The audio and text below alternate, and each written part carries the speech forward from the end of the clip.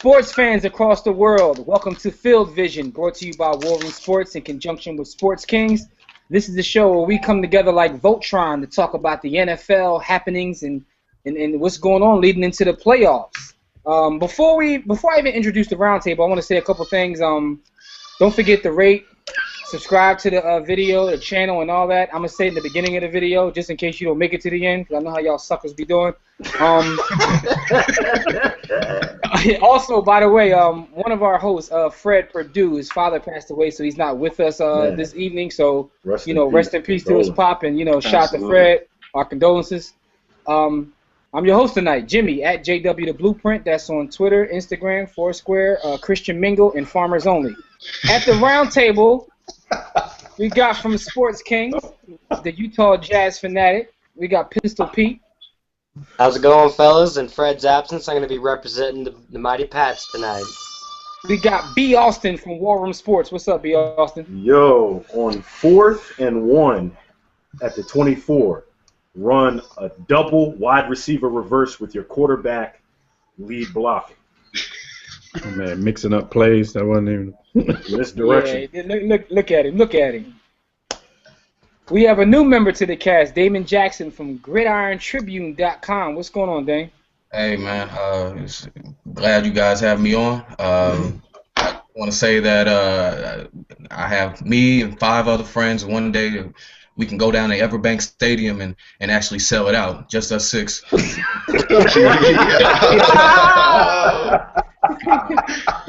to give a shout out to the worst team in the NFL. I have to. So. Yo, the Jags better than the Redskins, man. Yo, that's true. Yo, we got Dev from War Room Sports. What's up, Dev?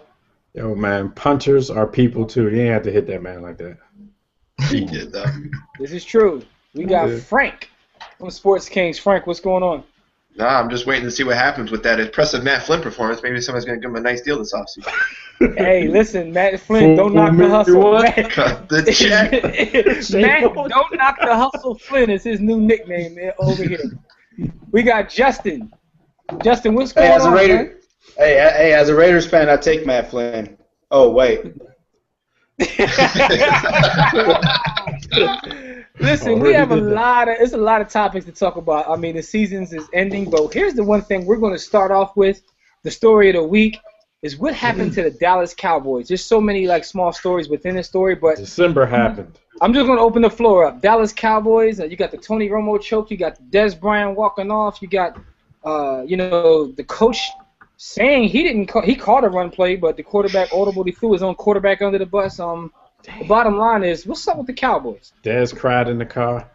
Yo, can I start this off? Because a lot of you guys know, if you've been online, I've been a staunch Tony Romo defender and apologist because, I think he gets a rap that's really not fair. He gets the rap for the whole team. That Dallas Cowboys team year after year is a choking team in general, and he gets a bad rap for that. But, man, sitting there, like, every time you try to defend them, games end like this, so I can't do it anymore, man. Yo, even if I still don't believe he's as bad as people make him out to be, I can't defend it anymore, man. Touche, everybody. We were talking during the game in the fourth quarter, and Dad was like, we need Tony Romo to do what Tony Romo does, like, jokingly, and he did it. I just want to say... Frank, what you think about this, Frank? First of all, shout out to Dev for keeping his story consistent in all 241 Facebook groups he's in. But man, B. Austin for just adding me to groups, man. Yo, B. Austin is a member of every group on Facebook. I've been trying to tell people, and everybody in here included, about Des Bryant. Like, you can't trust this dude. He made an amazing catch, and then all of a sudden, like, you're just waiting for that blow-up. It's every single week. Like, some dudes are emotional, and they'll blow up every once in a while, but this dude, it's like every single week you're just waiting for it to happen. You just know it's coming. You can't win with him, Mike Singletary voice. Just can't win with him. Can't do it. Won't do it. I mean, it was amazing to watch. Like, I couldn't even believe it, what was happening before my eyes. And like Dev said, I mean, Romo, it's kind of hard to defend him when he just goes out and does stuff like that every time you try and tell people how good he is. Frank, you can't quote Singletary, though, talking about you can't win with him. Jimmy, was I talking to you? Did you tell me that? or was it B. Austin? One of y'all was saying, like, when Mike Singletary left the division, the whole division got good. Oh no, I was saying that. I was saying can't win with him. Yeah, once he left the division, the whole division became a top division. Now, Pistol Pete, shout out to you because last episode you told us that December is starting and Dallas wouldn't win anymore. So, I mean, you already knew it was going to happen. What did you think about the way this went down? I mean, 'tis the season, man. It's December, and like the problems in Dallas, it's like America's greatest star just falling. It's bound to happen, and they're just really blowing it. I didn't think that DeMarco Murray would show up. However, he did. He had a hell of a game. Lacey did. They stopped giving him the ball. They stopped giving him the ball. Only God knows why. You do not milk that clock. He's been killing it all game, and they put it in Romo's hands, and he just decided to take control. I'm going to be the leader. I'm the cowboy, and cost him 2 picks in a ball game. So, yep, downer in Dallas, man. Yeah, absolutely. Yeah, that being said, that defense, that might be the worst defense I've ever seen in my life. It was so bad. It was so bad because they were running the same plays on him. Like, they didn't even switch anything. Like, it's ridiculous. Now, hold up, Damon. Let Damon speak. Damon, what did you think about the way they imploded? Here's the thing about Tony Romo, and I'm in the same boat as Devin. You try to be as positive about it as you can, but what Tony Romo did on Sunday was like somebody just letting out a huge fart in a closed windowed room to the point where you just have to walk out the room, because that's exactly what I did Sunday. The face. That was a B. Austin analogy. You look at the face of DeMarco Murray, and it pretty much says what it had to say. This is a team that they know that, just like the Lions, their window is starting to shrink and shrink and shrink. And at this point, I probably would have done what Des Bryant did, just walked out and just cry. Just cry somewhere. Now, B. Austin, I want to get your opinion, but the one thing I want to ask you, B. Austin, is, of course, Romo gets to blame, but wasn't that an entire implosion? I mean, everything, a defense, they stopped running the ball, so the coaches had a part of it. Oh, yeah. What was your opinion? Tony Romo is the guy that America loves to hate. I mean, I honestly can start. That was Ice Cube. My fault. No, he makes kids movies now. Can't be gangster if you're in a minivan. So it starts with Jerry Jones. Jerry Jones is so cool with media. Every week they made 40 G's. I mean, but with Jerry Jones, he's a guy that's cool with mediocrity as long as he's on everybody's tongue and he's selling tickets and he's making money. And so when you look at the team, they don't do anything to really get better. So now you have Tony Romo, who Jerry Jones has placed in a position where he shoulders the load, as if he were Tom Brady or Peyton Manning, and he's not. So you place the guy who's above average. He's a good quarterback. He is until the last drive. In a situation where he has a historically bad defense. Like, their defense is so bad, there's at least 20 colleges that could put up 30 points on them. Like, their passing defenses. So now, Tony Romo's in a position where they have to pass because they're going to get down in every game. They're going to be down. Their defense is. Well, ho. This game they were up. They were winning this game. See, this is why I think the thing with Garrett telling people that the actual play with the interception was supposed to be a run play. I think it was kind of cowardly for him to throw Romo under the bus like that, because every play before that, when you should have been running, you were still passing. But on the one play that he changes to a pass and he throws a pick, you're his head coach and you go to the media and you throw him under the bus like that. Absolutely. When you were calling a terrible game in the second half. Yeah, I mean, Justin, let's get you. This is unreal. This is an unreal implosion. A major implosion. You don't go up 26-3 and end up losing that game. You don't lose that. In fact, after you, go ahead, Justin. Justin, what did you think about my biggest this implosion, thing? Justin, I mean, you're a Raiders fan, so you're used to implosions. Go ahead. Yo. Shoot back, young man. Shoot back.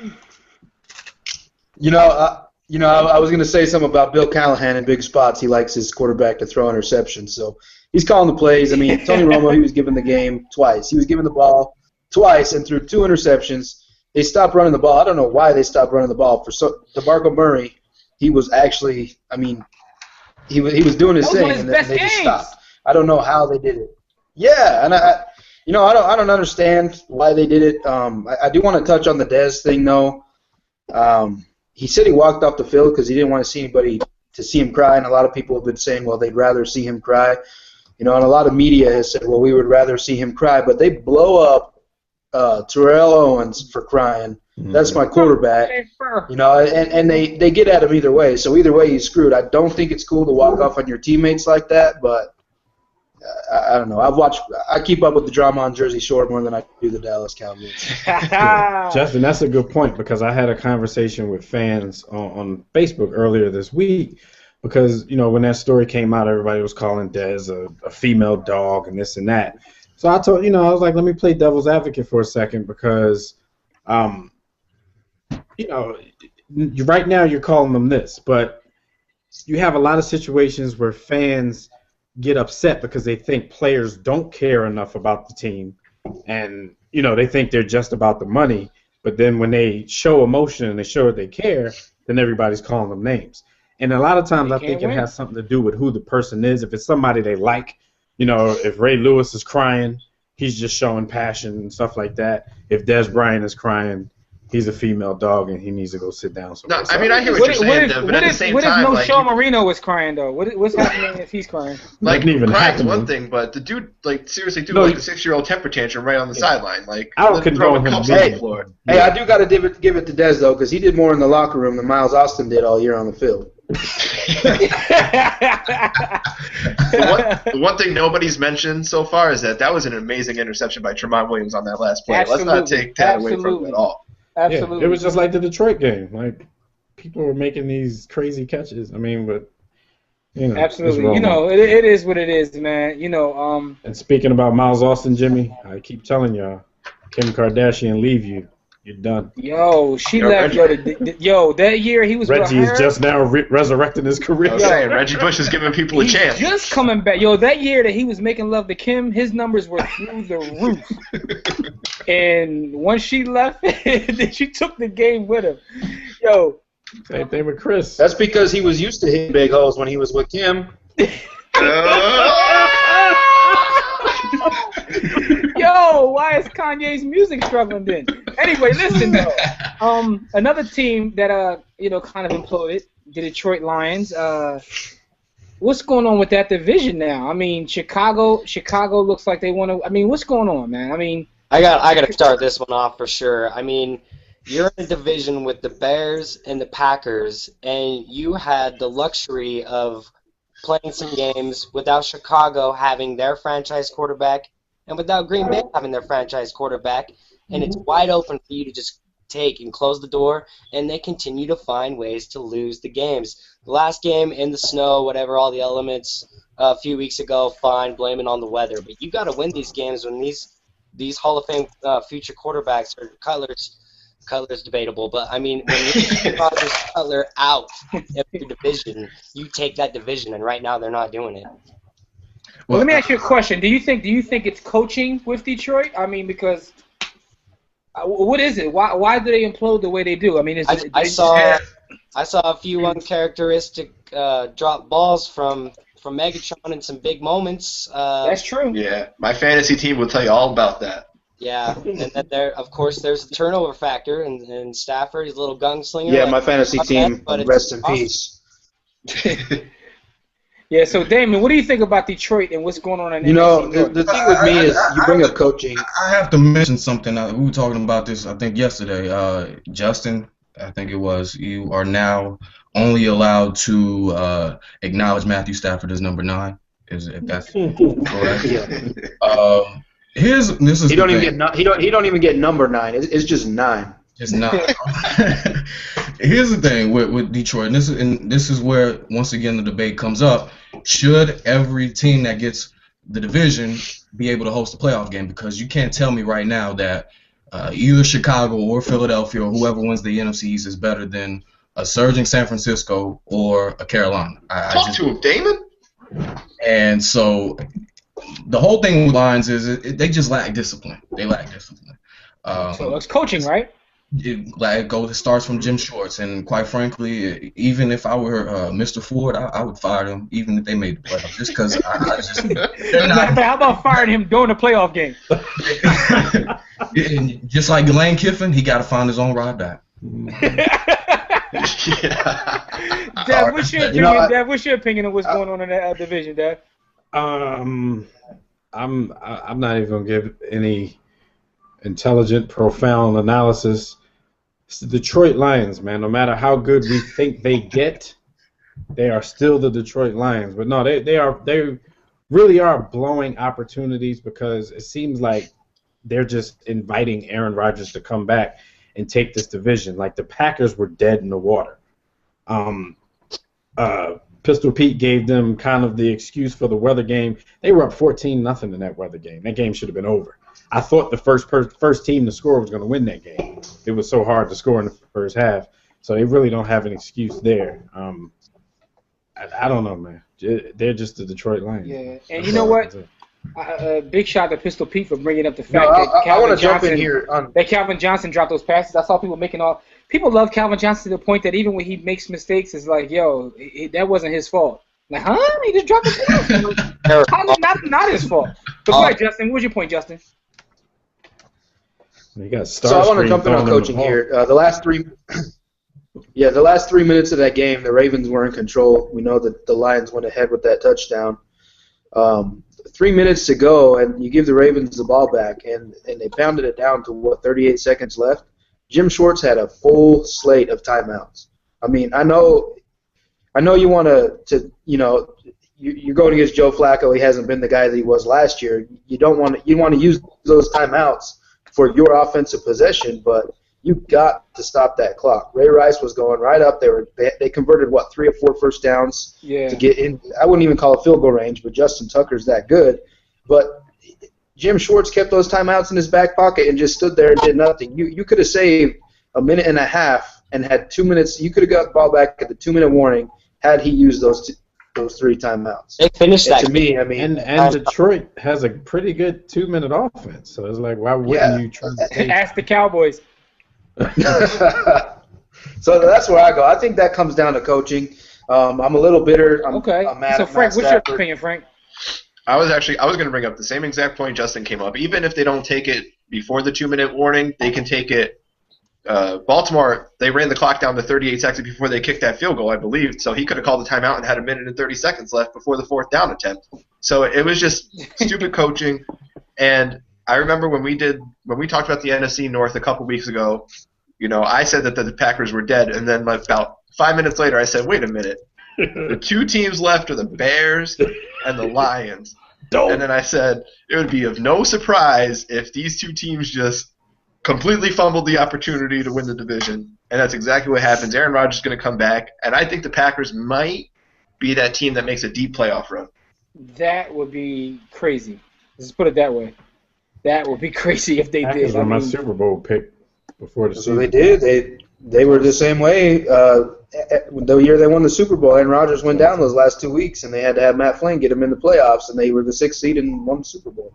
Yeah, I mean, it's crazy. It's crazy. But, we'll see what happens. I mean, nobody seems to want to win that division. Now, with that being said, speaking of playoffs, in the AFC, this 6th seed is getting kind of interesting with this 6th seed. What do you guys think? Who do you guys think actually will win this? I mean, we already know the heavyweights in the division. The Broncos, the Patriots, the Chiefs. But that 6th seed is still up for grabs. And now the Dolphins are looking like they want to make a run for it after everything they've been through that year. I actually think the Baltimore Ravens will get this division, and I say that because You said division or the still? I'm sorry. I'm sorry. They will get the last wild card, but they are still in play to win. Yeah, and that wouldn't shock me either if Cincinnati fought. Damn, I was about to say before you said that. I'm thinking because we're talking 6th seed and we always bring up the Ravens and the Dolphins. What I think about the Detroit Lions, same thing about the Bengals. You said the Bengals gonna be the 6th seed? They will not surprise me if they let Baltimore take this division. Well, here's the thing. Watch out. I feel like if Cincinnati gets in, I'm going to go ahead and give them the benefit of the doubt, and I'm going to give them my sleeper Super Bowl pick.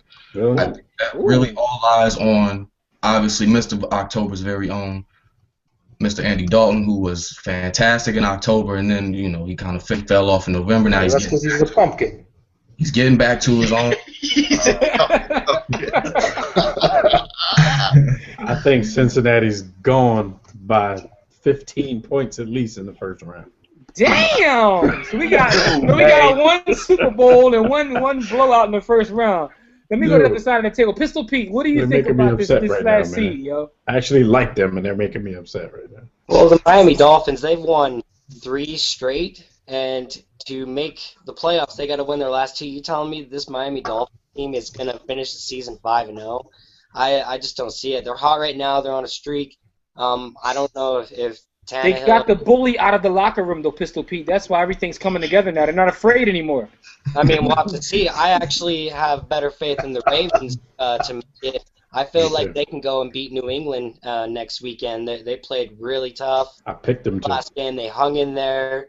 See what this is? That's what it's all about. The reverse jinx. That's what's going on. I know. You see this? He's sitting there with his Patriots gear on, talking about. I forgot that. I'm sitting here agreeing with him, like, I picked them to beat the Patriots. I'm like, he don't mean that. I'm tell you how it is. I'm not going to be like the Patriots are the best, baby. Oh, so basically what you're saying is you're the anti-Jim Ricalto. My man Jim Ricalto is still coming up with Steeler playoff scenarios, right? Yeah, he is. He's like, hey, if the Texans win out, right now. Shout out to Jim Ricalto. He's not on with us tonight. He didn't want to hear any more jokes about his coach stepping in the name of love on the sideline. So Justin, let me ask you, what do you think is going to happen in the AFC with this last playoff spot? What I think happened here is I think the Ravens momentum going, they slide in, they get that six seed. What scares me about this team is this defense has really come together. They the beginning of the season, we know what happens. They gave up 7 to the first 4 weeks they really sucked. They're playing solid defense right now. If they get in, which I do think they will, I do think they advance. I'm not ready to say they're going to go deep into the playoffs. But this defense is holding their own, and they're playing some damn good football. Okay. Bengals good choke. So I agree with everything Austin said about the Miami Dolphins, and I actually didn't know they had won 3 in a row already. And I'm thinking, there's no way Miami wins 5 in a row, but they're playing Buffalo and the Jets. I think Buffalo's a trap game, dude. That is an underrated defense over there in Buffalo. I think that could be a trap game. Thad Lewis is going to get his chance. Division game. You hear what you just said, though? Because the Bills just got blown out by the Bucks this week. Yeah, and Baltimore has a tough schedule. They have New England, and I forget they have week 17. Yeah, Baltimore definitely has a tough schedule. So I mean, it's kind of because I definitely think Baltimore is the better team. I think Baltimore is better than Miami, but because of the difference in schedule, I think I would go with Miami. I think Miami's going to get that 6th spot. I think they're going to get demolished in the first round, but I think they're going to get that 6th. What about the Devin scenario where the Bengals lose out and end up in the 6th seed? I'm with Devin on the Bengals. Nothing about the Bengals surprised me. We said this all year. They win the games they're supposed to lose, and they lose the games they're supposed to win, and they're just an absolute mess. And Andy Dalton just throws the ball to A.J. Green every single down and doesn't actually know he has other receivers. One quick thing on that. Do you guys know what happened to Ben Jarvis Green Ellis? I tried looking into that. Why was he benched? He's been Jarvis Green Ellis. Well, I know, but he was playing good, and then they just. But honestly, I don't know. It's because ever since Ben Jarvis Green Ellis left New England, he decided he couldn't hang on to the ball anymore. Yeah, I was about to say he was fumbling the ball a little much. And I don't know why it took Marvin Lewis 15 weeks to realize that Giovanni Bernard is the best running back he has on his team. Giovanni brings a little bit more to the table. But no. Frank, the Ravens play the Bengals last game of the season, so could come down to that. I might have to take the Ravens then. I might change my mind just based on the fact that I think the Bengals will lose that game just because they're the Bengals. So we need the Bengals to lose this week, so that game is more meaningful. With that being said, let's talk about a couple matchups for this week. B. Austin had to step away for a minute. He was on X and XX on his other computer, and he got kind of busy. But The first game I want to talk about, gentlemen, is the Kansas City Chiefs versus the Indianapolis Colts. You talk about the Bengals winning the games they're supposed to lose and losing the games they're supposed to win. That's also the Indianapolis Colts. So with that being said, I'm going to start with you, Pistol Pete. Who do you have winning this game? I'm going to keep this nice and short. Jamal Charles for the win. End of story. On fire, that man. You give him the ball, you win the game. That's it. Yeah, simple formula. Damon, what you got? What you got in this game? I have 3 words. No Reggie Wayne. I got to go with Kansas City. You know, the offense has been a complete mess ever since Reggie Wayne was out for the year. I think, you know, this is going to be another team where, you know, they get in the playoffs and they get bounced in the first round. That's it. Kansas City, another team I think we talked about earlier in the week. This could be the team that actually does make that run towards the Super Bowl, because just given the fact that they have a great defense, I know they're going to be able to stop Peyton Manning. And all they need is Raheem Moore to just not have his head on swivel. You said the name that cannot be said on this show. Jimmy about to toss us. All right, so basically you're going with the Chiefs. Dev, who you got in this game? I'm going with the Chiefs as well. I don't know if you guys remember when we did the Contenders Pretenders segment, like early in the season, and we were talking about Indy. I was kind of on the fence. Like, I didn't really believe that the Colts were as good as they were showing earlier in the season. And then there was a minute where, okay, I thought I was convinced, and then they're so inconsistent. I think this is where it starts to fall out. And I fully agree that there will probably be an early round exit in the playoffs as well. So I'm going to take the Chiefs in this game. All right, Frank, how about you? I also took the Chiefs. We were talking a little bit pre-show about LaShawn McCoy possibly for MVP. I think the problem with that is that you're going to give the MVP to any running back. It's got to be Jamal Charles, and I think that's why LaShawn McCoy may not get some MVP consideration. I keep waiting. I think the Reggie Wayne thing is to the point, like Damon said, where it's a factor. I mean, the first couple weeks you're thinking, oh, they got to adjust. Uh-oh. See, Reggie Wayne's making kids cry now. But anyways, I got the Chiefs. Yeah. So, Justin, who you got in this game? He is balling out. He is balling. I'm going to take the Chiefs. I will touch on this LaShawn McCoy thing. You look at the last 2 MVPs that are running backs, LaDainian Tomlinson and Adrian Peterson. I don't think that even Jamal Charles right now is in the class of the years those 2 had when they did win it. But yeah, great point. They're not going to give it to anybody but Peyton. But I see what Frank is saying. If you're going to give it to a running back, I mean, because you're looking at McCoy and his rushing yards, but Jamal Charles, his numbers from scrimmage, period, and his touchdowns, like, and what he means to his. All right, but here's the thing. I so want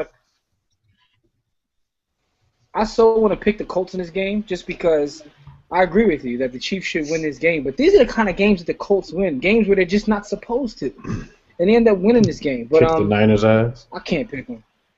Yo, they kicked the Niners' ass. They kicked the Broncos' ass. But you know what? I just can't pick them. The Rams kicked their ass. And then they lose to the Rams by 1,000,000 points. Like, the Rams have been blowing a lot of teams out, though. The wins that they do get, they pump them.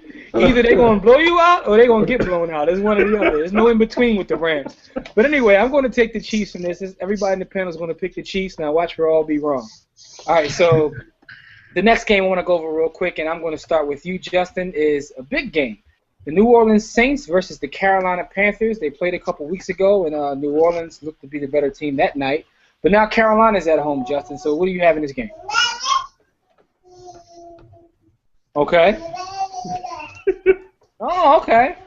I picked the Panthers. I picked the Panthers a couple weeks ago. I'm going to pick them again this time. Sorry, my kid's over here. No, I understand. They got out the box. I'm going to take the Panthers in this one. They're at home. The Panthers are at home. Nobody's winning in the Superdome, so. I got you. Yeah, it's Panthers for me, and my kid's pulling at my leg. All right, Frank, who you got, Frank? I also took the Panthers. I mean, New Orleans is just a completely different team on the road, and I think that defense is just going to be a completely different game, and I think the fact that New Orleans embarrassed them pretty much in the first game, I think that's going to contribute. And it really goes against my preseason pick because I don't know if you guys remember. I said the Saints were going to pretty much go 13-3 and run the table with the whole NFC. But that team's just not looking good right now. There's something missing from that team right now. I just can't put my finger on it, but there's just something missing. Yeah, this is true. Let me see, Dev. So who do you have in this game? I have the Panthers as well. I think, since that last matchup, they've probably circled this matchup on the calendar, chomping at the bit to try to get back at this team. I think the Panthers at home will probably eat this one out. All right. Dame, who you got? Well, first off, Jimmy, I would like to give a shout-out to my family down in New Orleans, but here's the thing. I'm WarRoomSports.com. They keep it real, and I'm going to keep it real. New Orleans ain't winning this football game. And I said that they would win. I know I put that in the pick, but here's the thing. It seems like San Francisco and New Orleans have two things in common. They go to Seattle, and it seems like they lose, and their soul is just sucked out. And the way that they played against the Rams on Sunday, there's something more than just you win one game, you lose one game. I think there's more to it. But I said the same thing about 4 years ago, and then they won the Super Bowl. But we focused on this Sunday. They're not winning this Sunday. No doubt. B. Austin patented flip flop. Yeah, Pistol Pete. Who you got in this game? Ham. Oh, Cam. Yo. I mean, no doubt. How all you guys covered, New Orleans cannot win against big teams on the road. And no, I know that Cam doesn't have some running game behind him, but I mean, he doesn't need the running game. He does it all by himself with his. Yo, Cam is the running game. Yo, Cam. Oh, Cam. Yo, here's the thing, right? I want to pick the Saints just because last week I was in the playoffs in my fantasy league and Cam is my quarterback, my keeper player at that, and he did nothing for me. Now I'm out of the playoffs. I can't play for the Shiva Kamini Bowl. So, but with that being said, New Orleans is a different team at home and on the road, so I have to just pick the Panthers based on that. And you guys all said that, and that's absolutely true. Hey Frank. Okay, did we all did we put our picks in? Because how we get 3 games, everybody picking the same damn people? Well, I picked them because they're really the only good 3 games. You didn't want to talk about. Yeah, because there's only 3 good games there. We're just at this point we just do the best games. It's actually thought 4, Dev thought he was going to get bombs in his mailbox if he's talked about the Philly game because we're not going to say who he picked. But never mind. No comment. No comment. All right, no doubt. So here's the last game we're going to talk about on this episode: New England versus Baltimore. Right. We're going to have some different picks for this one. Trust me. Now, Pete, you already said you picked Baltimore, even though you are a Patriots fan. Yeah, I just saw that the Patriots, when it really counted, needed a big-bodied receiver, and that was Gronkowski, and he was not on the field. And these 6-foot wide receivers just couldn't get any work in when it counted. That scares me going forward. The defense isn't playing what it was when we had all our players. Really worried about it. The Ravens are getting hot right about when they should be, like they usually do going into the playoffs. I said it before, this team scares me, especially if Ray Rice can get the run game going, and it's not looking too good for New England, I'll be honest with you. I got the Ravens beating the Patriots. Okay, I respect that. Gotta respect that one. Now, Damon, who you have in this game? I know me. I pick against my team every week. I think I'm going to take... you know what? Who did I have? I think I picked Baltimore. I'm going to go with Baltimore. We already recognize it don't matter who you picked early before the show. It's that difficult of a matchup. I think it comes down to the perimeter. Obviously, with the wide receivers from Baltimore and the secondary from New England, I think whoever wins that matchup wins the football game. I think Torrey Smith and the receivers, I think they get the job done. And speaking of receivers, Marlon Brown, guys, he's actually been very, very efficient for this offense, and that's something we couldn't say last year in the regular season. Is he the next Anquan Bolden? I ain't going that far, but I'm going to take Baltimore. No doubt. No doubt. Dev, who you got? I thought this was going to be when we picked different size. I got Baltimore as well. As somebody alluded to earlier in the show, Baltimore's defense has gotten dramatically better as the season has progressed, and Dame was talking about the battle on the perimeter.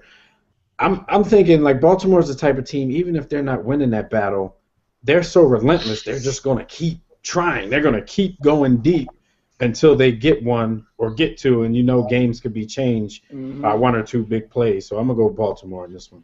Yeah, it's Tom Brady, he's not having his greatest statistical season, and we all know the reasons why. And I think it's just gonna keep getting harder. It's gonna mount. The pressure's gonna mount on him. He's playing with a bunch of slop. Word to Marion Smalley. But listen though, it's sort of like it's like B. Austin said the other day, Dev, when we were watching the game. He says he felt like he was watching the 1980s Raiders team play. Every 2-3 plays, they throw an 80-yard bomb, no matter what's going on. Frank, who you got in this game? So I'm going to pull. Shout out to Fred Perdue. I'm going to represent him on the show. Not only do I have the Patriots, but I'm going to shout out Chandler Jones, UE class of 2008. We go way back to high school. Shout out to Fred. Shout out to Fred Perdue. Those that watch the show get that joke. That's hilarious. Chandler Jones with every player in the NFL.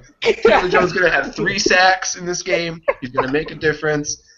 And Tom Brady is going to come up with a nice clutch late drive. And Justin Tucker is not going to be able to bail Joe Flacco out of his $80 million contract this time. All right, no doubt. Justin, who you got?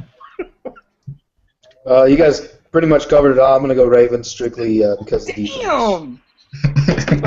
All right, you know what? I'm picking the Patriots just because everybody else picked the Ravens. I really have no reason. I was going to go Ravens too, but how whack would that be? It's like, no, come on, man. I'm picking the Patriots. I picked the Patriots. Chandler you Jones. Did? Oh, Frank, you did. I'm riding with Frank. Sacks. Me and Frank. That's right. Chandler Jones. Class of 08. Class of 08. Jimmy, don't switch your picks don't switch your picks in our pick'em group, man. Remember, we need you to win. Yeah, no doubt. War Room Sports, we cheat. If one of us win the contest, we don't give out the prize. Yeah, no prizes. It's not the next person down wins the prize. If we enter a contest and we win, the prize no longer exists. Right now, I'm in first place in our pick'em pool, so you won't get it. By the way, that's the end of this show. I just want to say to everybody out there, if you made it this far, we appreciate it. Share the video. Tell us how crazy you think some of our statements were. Don't forget also, War Room Sports is on Apple and Android. Go download our mobile app because you can watch this show. You can hear our podcast, our SoundCloud. You can read all the work on our blog. Everything's in the mobile app. We got Pistol Pete, we got Frank, and we got Justin, who are all from sports-kings.com. Make sure to check out their work at sports-kings.com. Damon, he's from the gridirontribune.com. Go check out his work at gridirontribune.com. We're warroomsports.com. And if you're looking for Devin, just go to Facebook. He is literally in every sports group on Facebook. So you'll see him somewhere, whatever the sports group is. As we always say, don't accept mediocrity. Be steadfast in the war against ignorance. We'll see you chumps on top. The dude who put me in all the groups don't say a damn thing in none of them. It's the War Room with 5 nights at the round table. 5 Philly guys, the first of